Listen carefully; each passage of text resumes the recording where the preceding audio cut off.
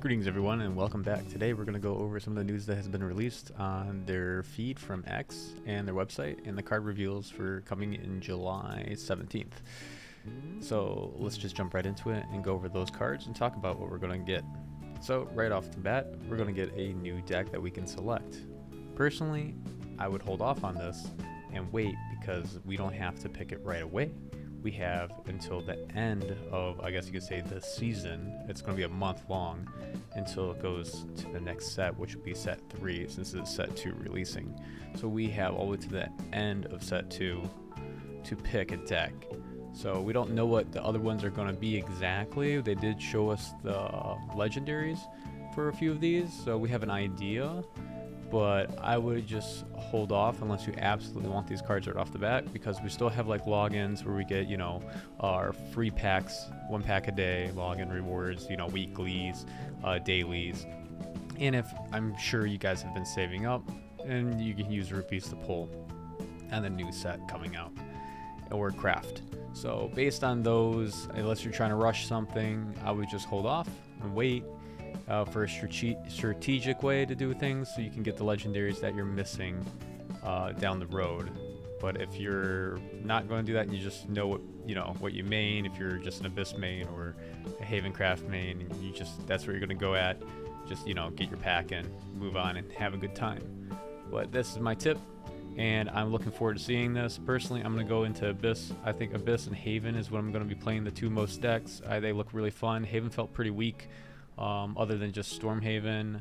Wardhaven was just kind of meh in my opinion. It was alright, but Wardhaven's going to be with a better tempo now with the new cards coming out. So let's just jump into the news cards that are coming out. Alright, here's one of them for Abyss. They showed us. So we got a fanfare, select another allied follower on the field and give it Bane, which is going to be pretty powerful in my opinion, depending on the situation at hand on the field, because you can put it on a skeleton, you can put it on a bat, which already has drain on top of that, so I think there's going to be some cool playabilities with that. Now if you super evolve it, select another follower on the field and give it Storm. This is, I think, very situational. It'd be really good for like aggro kind of style decks. If you're trying to go face a lot, I think this would be pretty good, because you really do want to save your super evolves for Cerberus, or the new card that's coming out possibly on turn 9 cost, which is a 9-tail fox, but I don't remember off the top of my head. But that might be the reason why you want to save them. But if you're going aggro, this might be the way how you close games out quicker. So we'll see. Alright, Portalcraft. Carnelia, Ember of the Darkness. Fanfare, add a Gear of Remembrance to your hand. And then the meat and potatoes right here is the Evolve. So the Evolve is going to give us an artifact follower in your hand to give them ward. You can just pick any artifact follower in your hand and give it ward. So you might want to hold off on this, and it can't be destroyed by abilities either, so that's also pretty cool. So depending on what kind of artifact followers we're going to have with this new one, this might be really powerful to do some synergy plays with a little bit later, and not just throw it right down on the board right away, and to play it a little bit later until you get it in your hand, so then you can actually give it a ward when you play like in mid-range later on. So we'll see how this gets played. I think this is a more strategic kind of card. It's not something just going to drop on a table and just let it be a 2/2. I mean, it's not bad for just being a 2 cost and 2/2 as well if you're not going to use the Evolve, but it gives us options. So I don't think it's a horrible card. I do think it's a decent card. I think it could be better depending on what we have in our hand in situations, but we'll see when time comes, because we haven't had all the cards revealed. So right now, just seeing this how it is, I think it's a pretty decent card. Alright, next. Here we go. Aether, Empyrean Guardian. This is Havencraft. Fanfare, summon 3 random, differently named followers that cost 3 or less from your deck. I think that's pretty cool. Different name followers that are 3 or less. So this, but I have mixed feelings on this, because if you're dropping a 7 cost card, you're just flooding the board at this point. And then you probably want to give them all ward, so you're going to get defense. So this is more like I think you're turtling, like you're stalling for a bigger play with Jana or something like that. This could be really good. So we get ward, You get 3 random different name followers that cost 3 or less into your deck, depending on what you pick. They can already come with the word, depending on how you set up your stuff on turn 7. Because she's the 8 cost Janna. And you get a super evolve, give all other ally followers on the field +2 defense and aura. So they can't be like click, they have to be actually attacked. And +2. So she's going to get turned into, well, she's going to get super evolved. So that's what, 7? I wonder if she's going to get the +2 as well. 8, 9, that would be 9 if it is. I assume give all other ally followers. So she won't get it, because that's how they worded it. Others. So other people on the board. But then you get Janna that comes down and gives them as well. Was it 2/4, I believe. So that would be really powerful as a combo between 7 and 8, those 2 turns. But this also crowds your board. So if you have a lot of amulets, this might not be the play. So it's gonna be cool to see how this gets played out. I'm interested in this one. This can be a really, really powerful card, or I think it's gonna be a really powerful card, honestly, with combo. Yeah, I think so. If you have 1 Haven Grace on your board, you get 3, that's 4, and then you can't put her down there, so 1 will probably get traded out, then you drop her. It just depends, because if you're playing with the Haven Grace, you might not have room for this, or you have a vessel sitting there. So I don't know, it might not be. We gotta really see how this is gonna play it out in situations, but it could be a good turning point, or it might just be you have to play a specific deck to this. We'll see. I'm very interested in seeing how this plays with Haven. Very interested. Let me know what you guys think and your future planning with this for a 7 cost. Another Havencraft, a 5/3/4. Storm and strike. If there are at least 2 allied amulets on the field, destroy a random enemy follower other than the opposing one. So this is gonna be pretty cool. So I think this is gonna probably fit more with the Storm setup for Haven, because you're still gonna get amulets for that. So that other card previously might not work with that style of gameplay. I think this gives us more options, so I'm pretty happy with this. And with the strike, at least 2 allied amulets on the field. We have to have, if there are at least 2 allied amulets on the field, destroy a random enemy follower other than the opposing one. What it means by the opposing one, we'll see. All right, Dragoncraft. Select the card in your hand and reduce its cost by 2. Deal 3 damage to all enemy followers. I think that's pretty powerful. This is probably really good with the ramp, and they can play bigger cards quicker. I think, and then plus they clearing boards with 3 damage to all followers at a 6 cost. I think this is a really, really strong.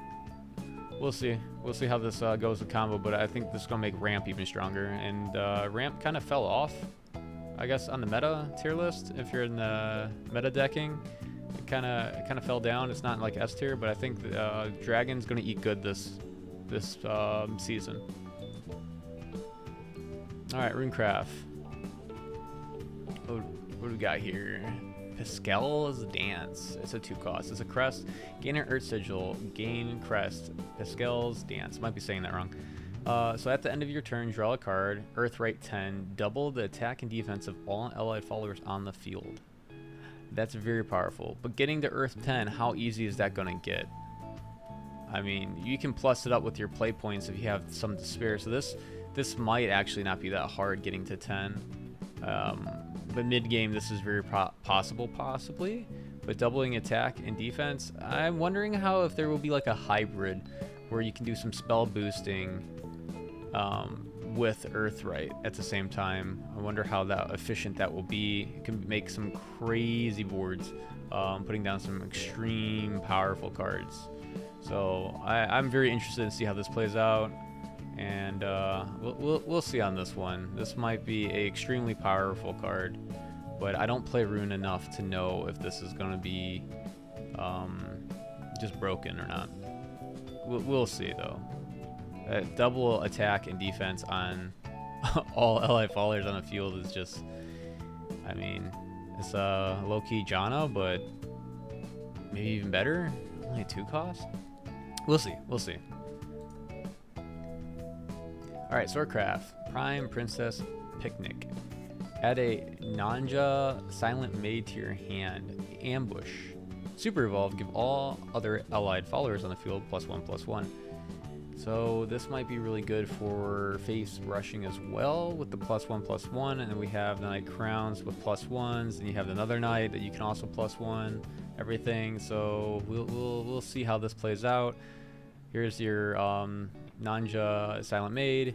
Fanfare: if there is a allied Prime Princess Picnic on the field, give this follower +1/+1 and Bane and Ward. So I think they want to be played together. So we'll see how that works out, but I'm not sure how quickly you can ramp these. They seem pretty decent with the +1s and the Bane for definitely trading, putting pressure, and you can probably combo out some pretty good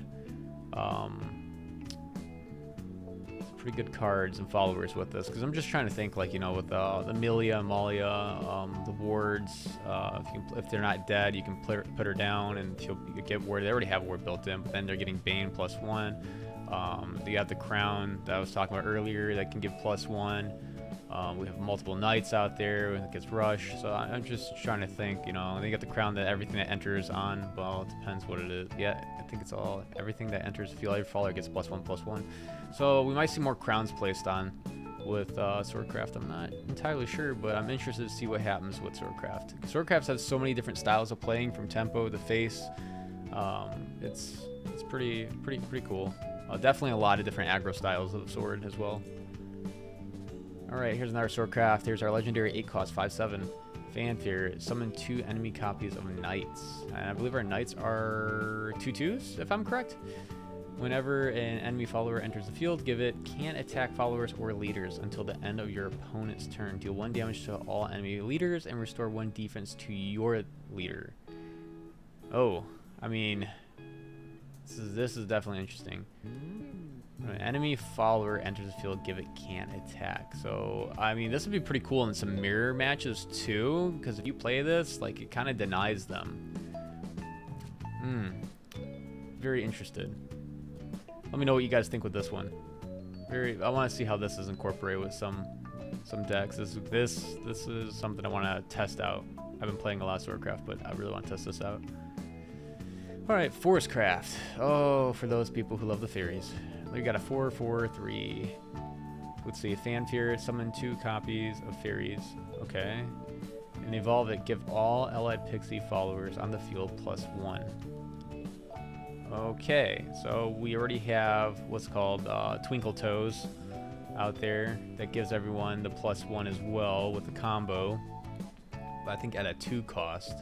So this is going to drop us 2 fairies, so that kind of evens out if you think about it, because they're 1 cost each, and it's giving us that, and you're playing this card for 4. So, well, I think it's with Twinkle Toes and 2 fairies down, it's only, I think it's 4 as well. She's 2 and the fairies are 1, so yeah, it comes out the same and a stronger card. So this would probably be a better version of Twinkle Toes. Depending on what you're doing with combos and playing, you know, this will have a different spot compared to Twinkle Toes. Look with your wings, twinkle with your toes, or something like that. You know, that card makes me laugh too much. All right, Forestcraft, another one. Forestcraft, Fuse. Forestcraft card Fuse. I'm interested in see how this goes. Draw a card. If you've fused to this card, draw 2 instead. I want to see how the future fusing works with Forestcraft. I'm kind of interested in that, because we have fusing with Portal right now, so I'm interested, because we're going to have combo with Forestcraft, which is combo decks, but now we're going to have fuses. So I'm interested in see how this plays out. We don't have enough cards to see. And here's another Forestcraft, legendary 7/7/7. I'm not sure if this is good or bad. Let's see. Fanfare. Select 2 enemy followers on the field and give them can't attack followers or leaders until the end of your opponent's turn. Okay. Super Evolve. Select 2 enemy followers on the field and give them at the end of each turn. Deal 1 damage to your leader and 2 damage to this follower. Huh. Select 2 enemy followers on the field and give them at the end of each turn. Deal 1 damage to your leader. So that's to their leader. And 2 damage to this follower. And I assume this follower is our card? you guys let me know what you guys think of this card, because I'm not sure how this is going to operate with combo deck, with it being so high, and you're going to use a super evolve.